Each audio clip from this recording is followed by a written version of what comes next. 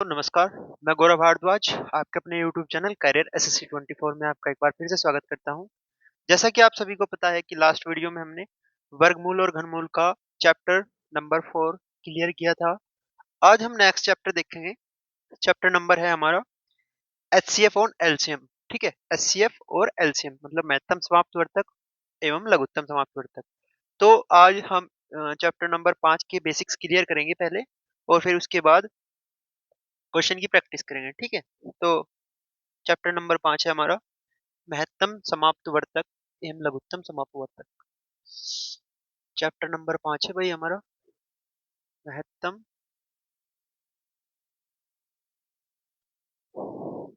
समापवर्तक एवं क्या है भाई लघुत्तम समापवर्तीय। लघुत्तम समापवर्तीय। ठीक है भाई, मतलब एचसीएफ एंड एलसीएम।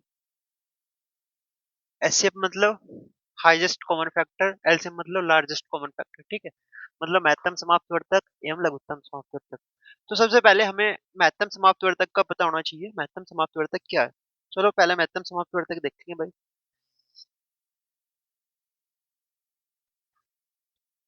महत्तम समापवर्तक, चलो इसकी डेफिनेशन देख लो। दो या दो से अधिक संख्याओं का महत्तम समाप्तवर्तक। दो या दो से अधिक, दो या दो से अधिक संख्याओं का महत्तम समाप्तवर्तक।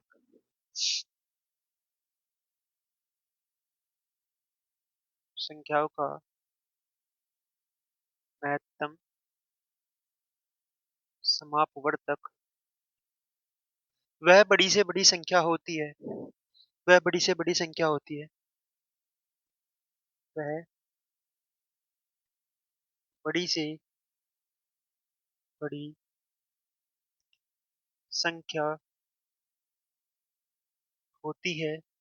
दो या दो से अधिक संख्याओं का महत्तम समाप्तवर्तक वह बड़ी से बड़ी संख्या होती है। ठीक है, जिससे वे संख्याएं पूरी पूरी विभाजित हो जाती है। जिससे वे संख्याएं पूरी पूरी पूरी पूरी विभाजित हो, पूरी पूरी विभाजित हो जाती है। ठीक है, पूरी पूरी विभाजित हो जाती है।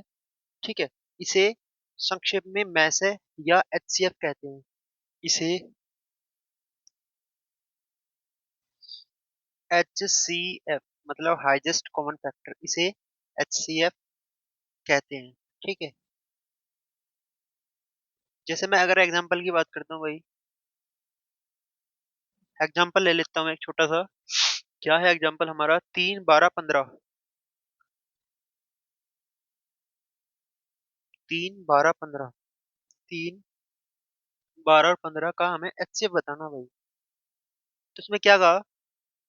दो या दो से अधिक संख्याओं का महत्तम समाप्तवर्तक वह बड़ी से बड़ी संख्या होती है जिससे वे संख्याएं पूरी पूरी विभाजित हो जाए। ठीक है, एक अगर मैं हाईएस्ट कॉमन फैक्टर की बात करूं, मतलब मैसे की बात करूं, तो मैसे में क्या होता है? हमारी कॉमन वैल्यू आ जाती है। जो हमारी कॉमन वैल्यू है ना, वो हमारी क्या होती है? मैसे। अब देखो भाई, 3 12 15, अगर मैं इसके मैसे की बात करूं तो 3 12 को क्या लिख सकते हैं? 3 गुना 4। 15 को क्या लिख सकते हैं भाई? 3 गुना 5। तो कॉमन वैल्यूज में भी मेरी 3 है, ये भी 3 है, ये भी 3। तो इसका एचसीएफ मेरे पास कितना हो जाएगा भाई? एचसीएफ हो जाएगा 3। मतलब वह बड़ी से बड़ी संख्या जो 3 को भी विभाजित कर दे, 12 को भी और 15 को भी। तो कौन सी संख्या है वह? 3 संख्या है जो 3 को विभाजित करेगी, 12 को विभाजित करेगी और 15 को भी। इसने कहा वह बड़ी से बड़ी संख्या जो सभी संख्या को पूर्णतः विभाजित करती हो, जिससे वे संख्याएं पूरी पूरी विभक्त हो जाती है। ठीक है, एचसीएफ कहलाता है। तो या तो ऐसा समझ लो, या फिर दूसरी कंडीशन है, अ, सभी संख्याओं में कॉमन वैल्यू जो होगी वो हमारा एचसीएफ होगा। ठीक है भाई, सिंपल सी बात है। तो 3, 12, 15 में हमारी कॉमन वैल्यू क्या है? 3, 3 और 3। तो एचसीएफ कितना आ जाएगा भाई मेरे पास? 3। ठीक है। अब एचसीएफ की हमारे पास दो विधि है। एक तो अभाज्य गुणनखंड विधि है और दूसरी विधि क्या है हमारी? भाग विधि है। ठीक है। तो सबसे पहले हम अभाज्य गुणनखंड विधि देखेंगे। इसे मैं रफ कर रहा भाई। इसमें पहली विधि है,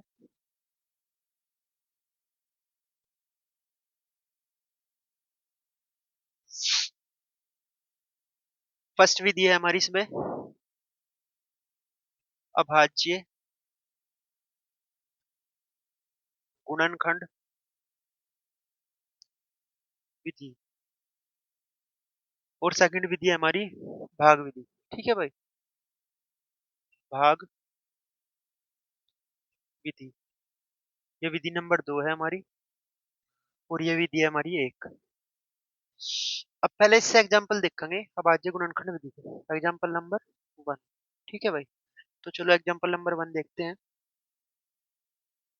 क्या दिया है क्वेश्चन में? 216, 288, 720 का एचसीएफ ज्ञात कीजिए। 216, ठीक है, 288 और फिर क्या दिया भाई? 720 का एचसीएफ बताना भाई हमें। तो क्या एचसीएफ होगा भाई हमारा? अगर मैं 216 की बात करूं, 216 कितने से कट देगा भाई? 2 से काट देंगे। गुणनखंड की बात करी ना, क्या आ जाएगा भाई इसके गुणनखंड? यहाँ पे करके देख रहा हूं मैं। 2 एकम 2, 2 अट्ठे 16, 2 पंजे 10, 2 चौक 8, 27 दूनी 54, 3 एम 27, 3 तिया 9 और 3 एकम 3। तो इसके अभाज्य गुणनखंड कितने आ जाएंगे मेरे पास? 2 गुना 2 गुना 2 गुना 3 गुना 3 2 दूनी 4 दूनी 8, 8 तिया 24, 24 तिया 72, 72 तिया कितने हो गए भाई? 216। 288 के देख लेंगे भाई ऐसे ही करके। 288, 144, 72 दूनी 144, 36 दूनी 72, 18, 2 ने 18, 3 तिया 9 और 3 एकम 3 टुकड़े हो जाएंगे इसके भाई ये वाले। तो इसके बाद गुणनखंड 2 गुना 2 गुना 2 गुना 2 गुना 3 गुना 3, 2 दूनी 4 दूनी 8 दूनी 16 दूनी 32, 32 दिया हो गया भाई आपके। 32 दिया, चलो 1 2 3 4 5 6 7, 1 2 3 4 5 6 7 मतलब दो के कितने? 1 2 3 4 5, 1 2 3 4 5 और 3 3 के हमारे पास कितने हैं? 2 है। ठीक है, ऐसे ही 720 की गुणनखंड करेंगे। 720 के बाद गुणनखंड कितने आ जाएंगे मेरे पास? कर लेंगे भाई। तो ये हमारे अभाज्य गुणनखंड विधि से क्वेश्चन होगा। 720 के कर लेंगे भाई। 36, 18, 90, 45, 5 ने 45, 3 तिया 9 और 3 एकम 3। तो क्या आ जाएगा भाई? 1 2 3 4, दो दो के तो हमारे पास आ जाएंगे 4। ठीक है भाई, एक 5 का आ जाएगा, 2 3 3 के आ जाएंगे। तो मैंने क्या कहा? 216, 288 और 720 इसके अभाज्य गुणनखंड बताने। सबसे पहले मैंने क्या कहा था? कॉमन वैल्यू देखनी। दो, तो यहाँ भी कॉमन है, यहाँ भी कॉमन है, यहाँ भी कॉमन, तो 1 2 कॉमन आ गया भाई, ले लिया भाई। 1 2 तो मेरे पास आ गया यहाँ। तो एचसीएफ लिखो मैं इसका 2। फिर 1 2 कॉमन यहाँ है, 1 2 यहाँ है, 1 2, 1 2 की और लिख लेंगे भाई, गुना कर लेंगे। फिर 1 2 हो रहे हैं मेरे पास, 3 हो गए भाई। तो 3 यहाँ तक हो गए, 3 यहाँ कॉमन है, 3 यहाँ कॉमन है, दो दो के। ठीक है। फिर अब क्या कॉमन है? 3 3 के हमारे पास दो यहाँ है, दो यहाँ है और दो यहाँ है। ठीक है।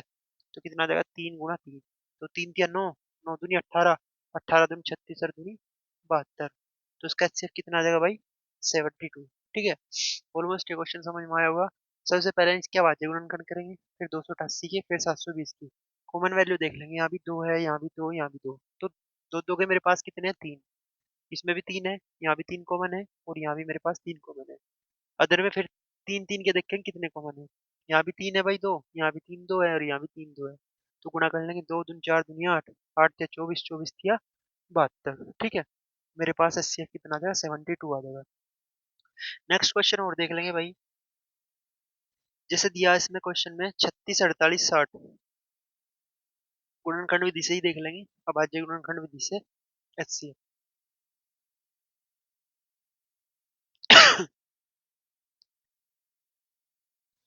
तो एग्जाम्पल नंबर 2, क्या क्या दिया भाई?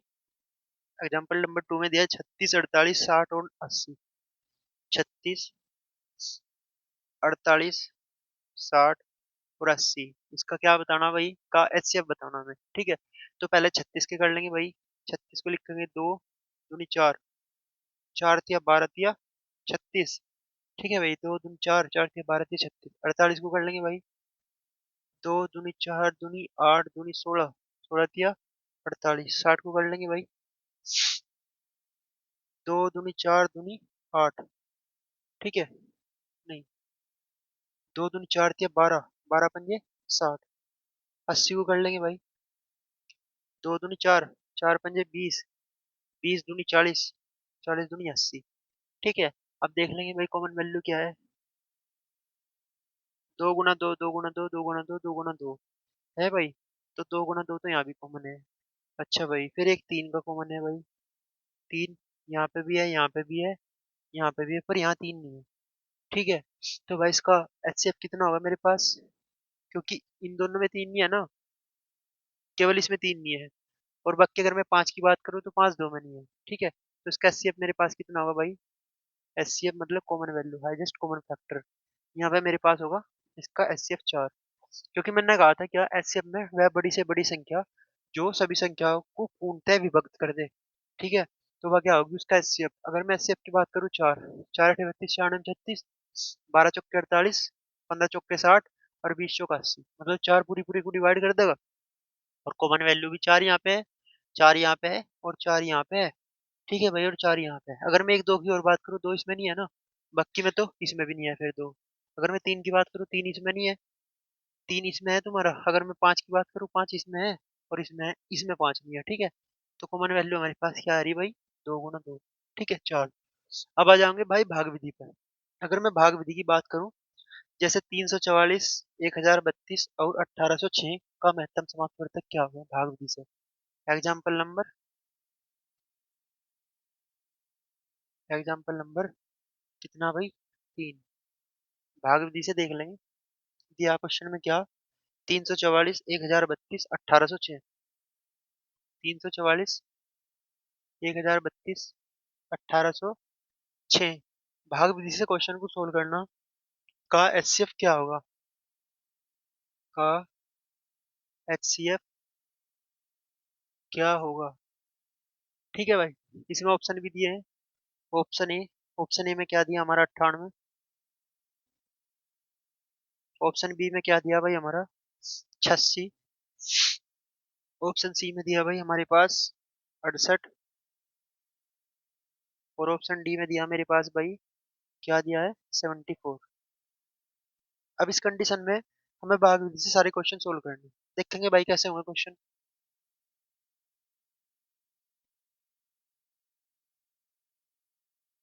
ठीक है भाई। क्वेश्चन देखेंगे भाई कैसे होंगे, भाग विधि से क्वेश्चन को कैसे सोल्व करेंगे। तो सबसे पहले हम क्या करेंगे, सबसे छोटी वैल्यू ले लेंगे। सबसे छोटी वैल्यू को बड़ी वैल्यू से डिवाइड करेंगे, ठीक है। सबसे छोटी वैल्यू से डिवाइड करेंगे बड़ी वैल्यू को।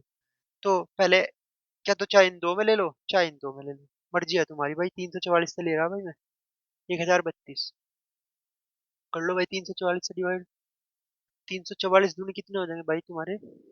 3 बार चला लेंगे। 3 चौक 12, एक। 3 चौक 12, 13 का 3 कहाँ से लग गया? 3 तो नहीं और एक 10, तो 344 तो भाई पूरा पूरा काट रहा, पूरा पूरा काट रहा ना। अब फिर भाई 344 से काट लेंगे 1806 को। 1806, 5 बार चला लेंगे भाई। 5 चौक की 20, 2। 5 चौक 20 और 2 22, फिर 2। 5 से 15 तो 17, 1720 आ गया भाई मेरे पास। बचेंगे कितने? 6। यहाँ कितने हो गए मेरे पास? 10, 10 में तो 2 जाके 8। यहाँ कितने बच गए भाई? कुछ नहीं बचा। 86 बच गए, 86 से डिवाइड कर लेंगे 344 को। कितनी बार हो जाएगा? दिख रहा ना? कितनी बार हो जाएगा? 3 बार ही चला लो भाई। 6 18 का 8 का सिल लग गया, 8 के 24 एक 25। 4 बार भी चल सकेगा? नहीं। 14 14 में से 8 जाके 6, यहाँ कितने बच गए मेरे पास? 3 हो गए 13। 13 में से 5 जाके 8, 86। 86 कम 86, तो इसका एचसीएफ कितना आ जाएगा मेरे पास? 86 आ जाएगा। ऑप्शन बी कौन सा होगा भाई? राइट आंसर होगा मेरे पास।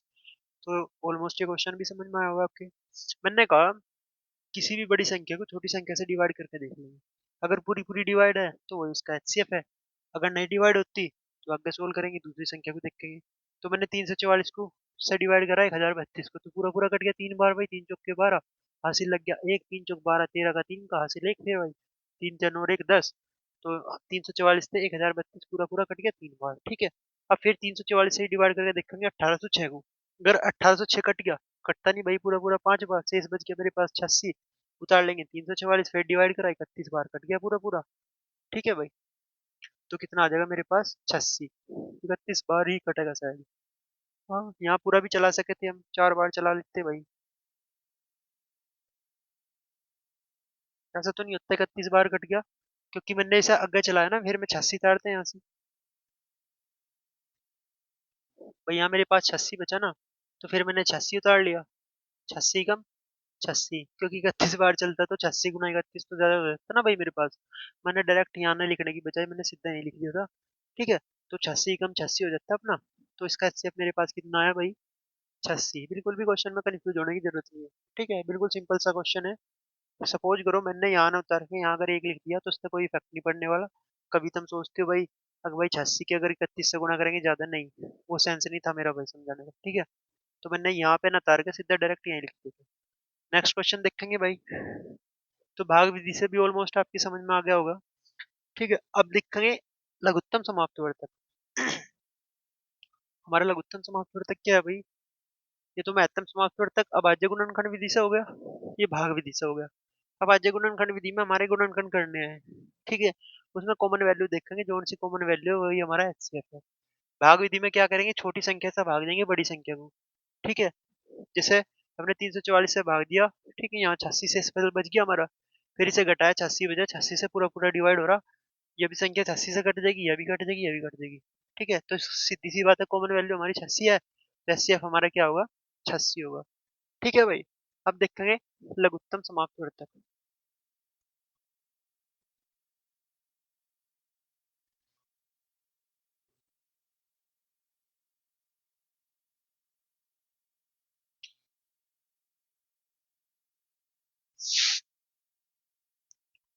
लघुत्तम समाप्तिवर्तक देख लेंगे भाई, इसकी पहले तो डेफिनेशन ही देख लो। लघुत्तम समाप्तवर्तक,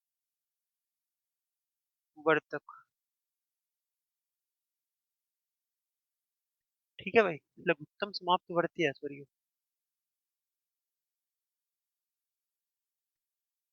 ये है भाई क्वेश्चन। लघुत्तम समाप्तवर्ती, ठीक है, समाप्तवर्ती। तो क्या है इसकी डेफिनेशंस भाई? दो या दो से अधिक संख्याओं का लघुत्तम समाप्तवर्तक, दो या दो या दो से अधिक, दो या दो से अधिक संख्याओं का लघुत्तम समापवर्ती है। संख्याओं, दो या दो से अधिक संख्याओं का लघुत्तम समापवर्ती है। उसमें बड़ी से बड़ी थी, इसमें छोटी से छोटी संख्या होगी, वह उस छोटी से छोटी संख्या को कहते हैं, उस छोटी से छोटी संख्या को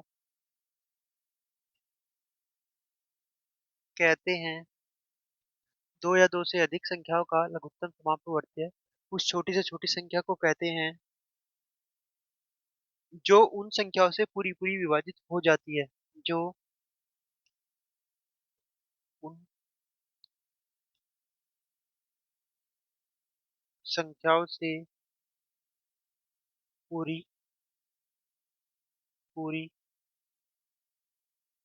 विभाजित हो जाती है। ठीक है, जो उन संख्याओं से पूरी पूरी विभाजित हो जाती है, इसे क्या कहें भाई? लघुत्तम समापवर्तक या एलसीएम, लार्जेस्ट कॉमन फैक्टर कहें। ठीक है भाई, लार्जेस्ट कॉमन फैक्टर। अगर मैं एग्जांपल की बात करूं, जैसे 3, 9, 15 का लघुत्तम समापवर्तक निकालना है, जैसे एग्जांपल की बात कर रहा हूं भाई मैं, 3, 9, 15 का एलसीएम भाई फाइंड आउट करना है। कह दिया किसी क्वेश्चन में कि 3, 9, 15 का एलसीएम हमारा क्या होगा, तो क्या होगा भाई? इसका एलसीएम कर लेंगे भाई, तो 3, 9, 15 कर लो भाई। 3 कम 3, 3 तिया 9, 3 पंजे 15। फिर 3 से डिवाइड करेंगे, 3 कम 3, 5 जुगा जू। फिर 5 से डिवाइड करेंगे 5, इन सब की गुणा कर देंगे, 3 तिया 9, 9 पंजे 45। तो 3 तिया 9 गुणा 5, तो उसका एलसीएम कितना हो जाएगा भाई मेरे पास? लघुत्तम समापवर्तक 45। ठीक है, इसका लघुत्तम समापवर्तक मेरे पास कितना होगा भाई? 45 हो जाएगा। तो इसकी भी दो विधि है भाई क्वेश्चन में।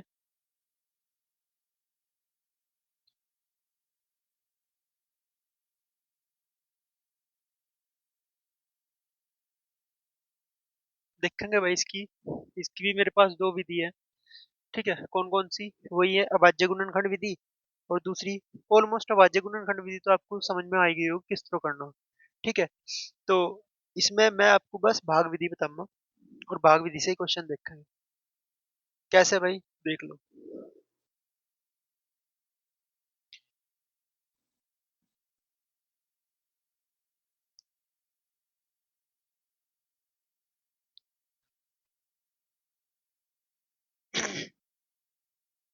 तो इसकी एलसीएम की भाग विधि क्या है भाई?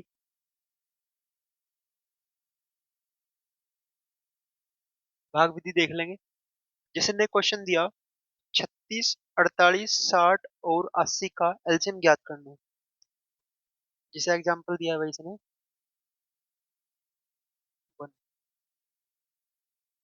36, 48, ठीक है, 36, 48, 60 और 80, 60 और 80 का एलसीएम फाइंड आउट करना है भाई। कैसे करेंगे? भाग विधि से करना है। ठीक है, देखो भाई, 36, 48, 60 और 80 कर लो भाई। 18 दूनी 36, 24 दूनी 48, 30 दूनी 60, 40 दूनी 80। दो से फिर डिवाइड कर लेंगे, 9, 12, 15, 20। फिर भाई 3 से डिवाइड कर लेंगे, चलो पहले दो से ही कर लो। 9 जुगा जू रहेगा भाई, 2 6 12, 15, 2 दूसरे 20। फिर दो से डिवाइड कर लेंगे, 2 तिया 6, 15, और 2 पंजे 10। चलो 3 से डिवाइड कर लो भाई, 3 तिया 9, 3 कम 3, 3 पंजे 15, फिर 5। फिर 3 से डिवाइड करो, 3, 5 और फिर 5। फिर 5 से डिवाइड करेंगे, 5 कम 5, 5 कम 5, 5 कम 5। ठीक है भाई, 1 से डिवाइड करेंगे, कोई इफेक्ट नहीं पड़ता, यही छोड़ देंगे। तो इन सब की गुणा कर लेंगे, यही हमारा क्या होगा? एलसीएम हो जाएगा। 2 गुना 2 गुना 2 गुना 2। कितने हैं भाई ये? 1 2 3 4। फिर 3 3 के 2 हैं, फिर 5 है। 3 3 के 2, फिर 5, यही हमारे क्या होगा भाई? एलसीएम हो जाएगा इसका। कैसे? 2 दूनी 4 दूनी 8 दूनी 16, 16 9 144, 144 गुणा 5, 20 2, 5 चौक 20 2 22, फिर 2, 5 कम 5 और तो 7, 720 हो जाएगा भाई मेरे पास। 14 पंजे 70, और 5 चौके 20। ठीक है भाई, 720 मेरे पास क्या होगा इसका? एलसीएम हो जाएगा। ठीक है, कुछ और इम्पोर्टेंट टॉपिक हैं इसके, जैसे दो संख्याओं का गुणनफल बराबर एचसीएफ गुणा एलसीएम, भिन्नों का लैस है और भिन्नों का मैस है। ये भी दो क्वेश्चन है, दो सूत्र हैं, ये नोट कर लेंगे। तो देखेंगे भाई आगे।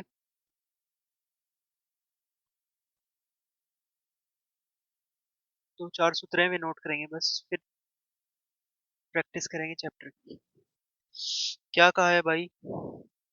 यदि दो संख्याओं ए व बी के लैस है और मैस है क्रम से ये दिए हो, तो क्या होगा? देख लो भाई, सपोज करो दो संख्याओं का गुणनफल बराबर एच सी एफ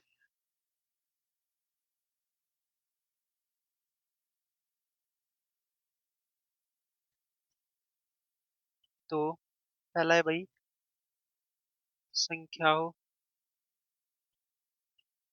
का गुणनफल बराबर एच सी एफ गुणा एल सी एम। इसे हम ऐसे भी लिख सकते हैं, फर्स्ट संख्या गुणा सेकंड संख्या बराबर एच सी एफ गुणा एल सी एम। ठीक है भाई। सेकंड है मेरे पास, सेकंड क्या है, अगर मुझे भिन्नों का लैसे काटना, ठीक है, भिन्नों का भिन्नों का एलसीएम निकालना, तो अंशों का लैसे निकाल लो हमें और हरों का में से। अंशों का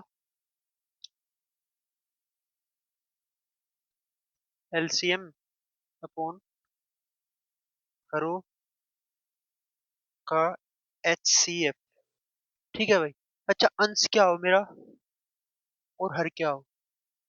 सपोज करो कोई भिन्न क्या है, एक्स बटे वाई है, तो ऊपरले वाली जो कंडीशन है वो होगी अंश, और निचले वाली जो कंडीशन है वो होगी मेरे पास हर। ठीक है।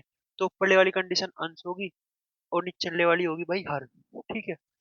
अगर मुझे भिन्नों का एलसीएम निकालना, तो अंशों का एलसीएम बटे हरों का एचसीएफ। एलसीएम से मतलब है लघुत्तम समाप्तिवर्धक, और भाई एचसीएफ से मतलब है महत्तम समाप्तिवर्धक।